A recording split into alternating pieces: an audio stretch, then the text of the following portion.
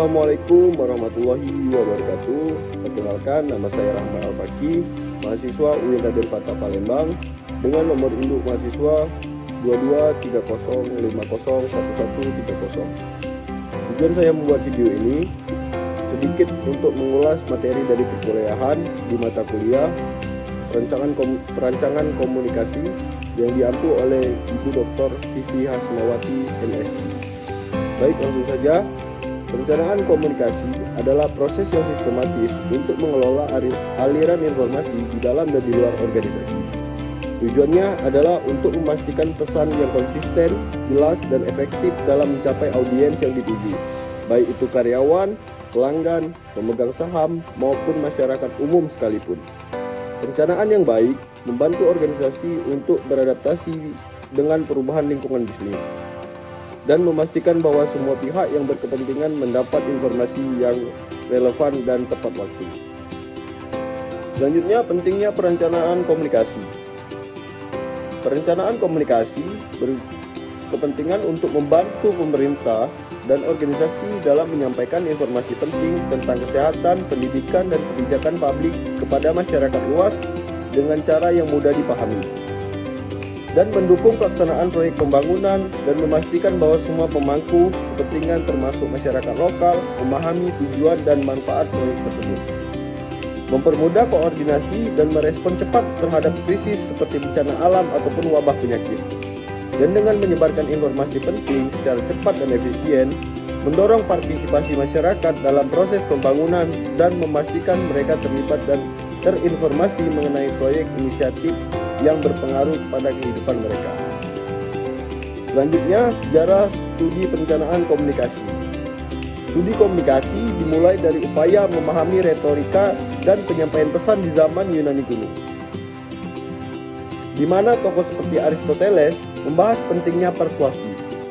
Dengan munculnya media cetak dan teknologi baru, kebutuhan untuk strategi komunikasi yang lebih terukur meningkat, terutama dalam konteks bisnis dan pemerintahan. Abad ke-20, Perang Dunia dan perkembangan media massa seperti radio dan televisi menekankan pentingnya komunikasi yang efektif.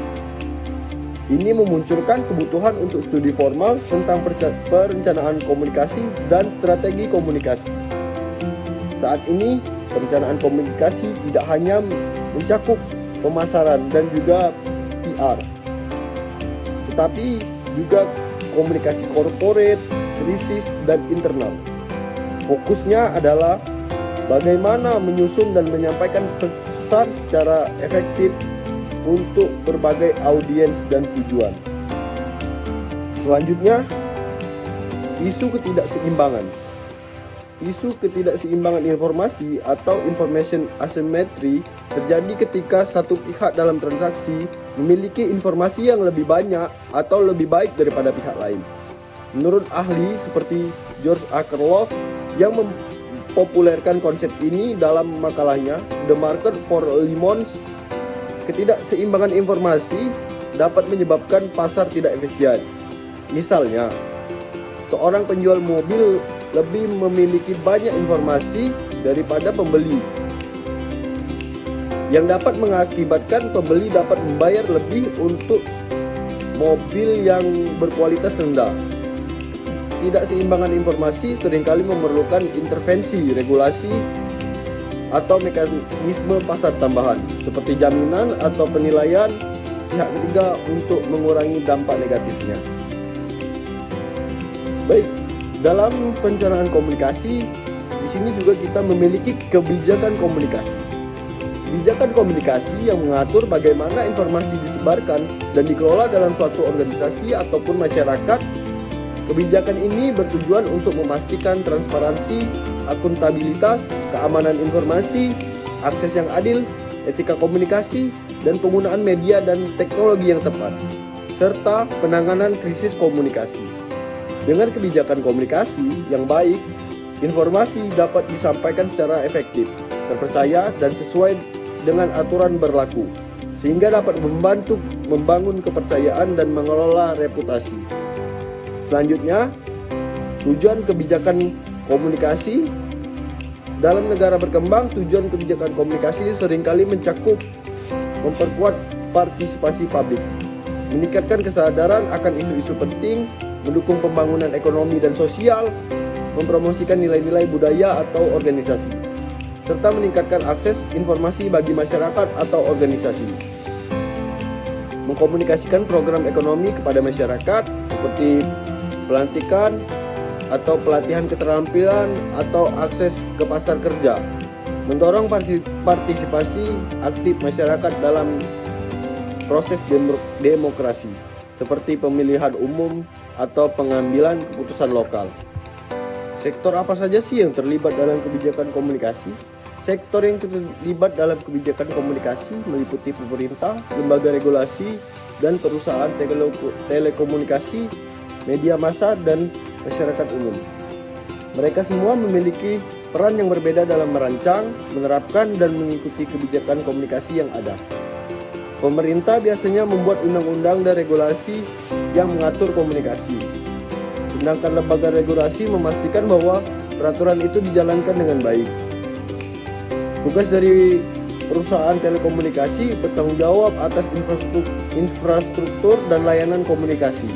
Sedangkan media massa menyebarkan informasi kepada masyarakat luas, dan masyarakat umum pada gilirannya merupakan konsumen atau pengguna akhir dari layanan komunikasi ini. Dengan kerjasama di sektor ini, kebijakan komunikasi dapat dikelola secara efektif dan untuk kepentingan bersama. Dalam perencanaan komunikasi, ada yang namanya perencanaan komunikasi taktis.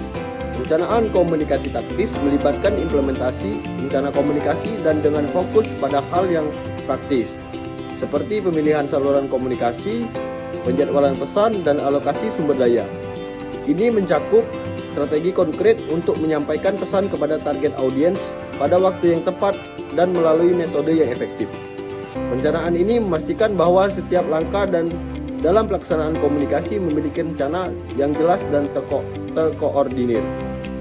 Selanjutnya, ciri visi yang harus dimiliki dalam perencanaan komunikasi. Yang pertama, jelas dan inspiratif. Maksudnya harus memberikan gambaran yang jelas tentang masa depan yang diinginkan dan menginspirasi orang untuk bergerak menuju tujuan tersebut. Yang kedua, ambisius namun dapat dicapai. Maksudnya adalah harus menantang tetapi juga realistis, memotivasi orang untuk meraih prestasi yang tinggi namun tetap dapat dicapai dengan upaya yang memadai. Yang ketiga, mengarahkan.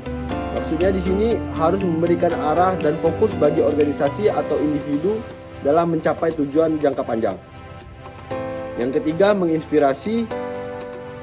Harus mendorong keterlibatan dan komitmen dari sebuah pemangku kepentingan, baik itu anggota, tim, karyawan, ataupun mitra sekalipun. Dan yang terakhir, mudah dikomunikasikan. Ini yang terpenting, maksudnya mudah dikomunikasikan, mudah dipahami dan dapat dikomunikasikan secara jelas dengan semua pihak yang terlibat. Selanjutnya ada perencanaan komunikasi operasional. Proses merancang strategi komunikasi yang efektif dalam konteks kegiatan sehari-hari ataupun organisasi dan perusahaan ini mencakup mengidentifikasikan audiens, tujuan komunikasi, pesan yang disampaikan, dan metode komunikasi yang akan digunakan. Dan selanjutnya ada pendekatan perencanaan. Dalam pendekatan perencanaan memiliki dua metode, pendekatan perencanaan rasional menyeluruh dan pendekatan perencanaan terpilih. Pendekatan perencanaan rasional menyeluruh mencakup analisis yang mendalam terhadap situasi, pengumpulan data, dan pemilihan strategi yang terukur, serta evaluasi secara sistematis. Ini memastikan bahwa keputusan yang diambil didasarkan pada logika dan pemahaman yang kuat tentang konteks yang relevan. Dan pendekatan rencana terpilih maksudnya adalah mencakup pemilihan strategi dan taktik yang paling sesuai dengan tujuan komunikasi yang telah ditetapkan serta kondisi dan karakteristik audiens yang dituju. Ini memungkinkan fokus yang tepat dan penggunaan sumber daya yang efisien dalam mencapai hasil yang kita inginkan. Dalam perencanaan komunikasi memiliki teori pendekatan perencanaan komunikasi. Ini yang pertama, teori persuasi, mempelajari faktor-faktor yang mempengaruhi perubahan sikap dan perilaku melalui komunikasi. Dan yang kedua, teori agenda setting, menyelidiki bagaimana media massa mempengaruhi apa yang dianggap penting oleh masyarakat.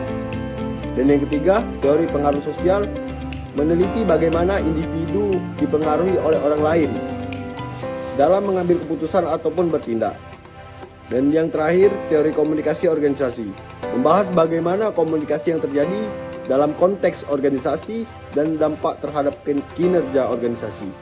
Selanjutnya, perencanaan komunikasi memiliki dua proses pendekatan. Yang pertama adalah pendekatan top to down.